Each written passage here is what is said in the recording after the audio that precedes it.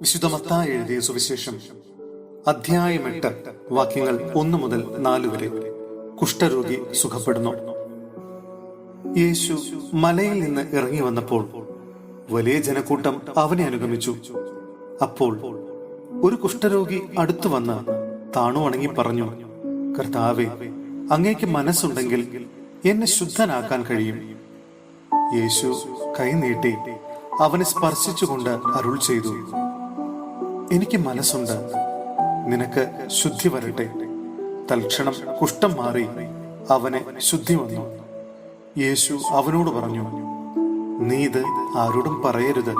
പോയി നിന്നെ തന്നെ പുരോഹിതനെ കാണിച്ചു കൊടുക്കുകയും മോശ കൽപ്പിച്ചിട്ടുള്ള കാഴ്ച ജനത്തിന്റെ സാക്ഷ്യത്തിനായി സമർപ്പിക്കുകയും ചെയ്യുക. സഹോദരരെ, വിശുദ്ധ പൗലോസ് ശ്ലീഹ തിമോത്തിയോസിന് എഴുതിയ 2-ാം ലേഖനം അധ്യായം 3 വാക്യങ്ങൾ 1 മുതൽ 7 വരെ. ദുഷ്ടന്മാരുടെ നാളുകൾ.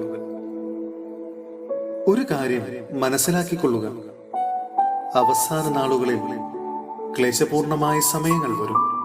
അപ്പോൾ സ്വാർത്ഥസ്നേഹികളും ധനമോഹികളും അഹങ്കാരികളും ഗർവിഷ്ഠരും ദൈവദൂഷകരും മാതാപിതാക്കന്മാരെ അനുസരിക്കാത്തവരും കൃതജ്ഞരും വിശുദ്ധിയില്ലാത്തവരുമായ മനുഷ്യരുണ്ടാകും.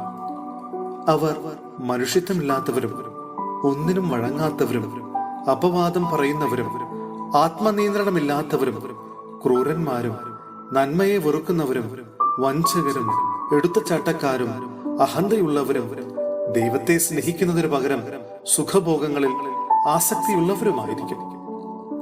അവർ ഭക്തിയുടെ ബാഹ്യരൂപം നിലനിർത്തിക്കൊണ്ട് അതിന്റെ ചൈതന്യത്തെ നിഷേധിക്കും. അവരിൽ നിന്ന് അകന്നു നിൽക്കുക. അവരിൽ ചിലർ വീടുകളിൽ നുഴഞ്ഞു കയറി ദുർബലകളും പാപങ്ങൾ ചെയ്തു കൂട്ടിയവരും വിഷയാസക്തിയാൽ നയിക്കപ്പെടുന്നവരുമായ സ്ത്രീകളെ വശപ്പെടുത്തുന്നു. ഈ സ്ത്രീകൾ ആര് പഠിപ്പിക്കുന്നതും കേൾക്കാൻ തയ്യാറാണ്. എന്നാൽ സത്യത്തെ പറ്റിയുള്ള പൂർണ്ണ ജ്ഞാനത്തിൽ എത്തിച്ചേരാൻ അവർക്ക് കഴിവില്ല.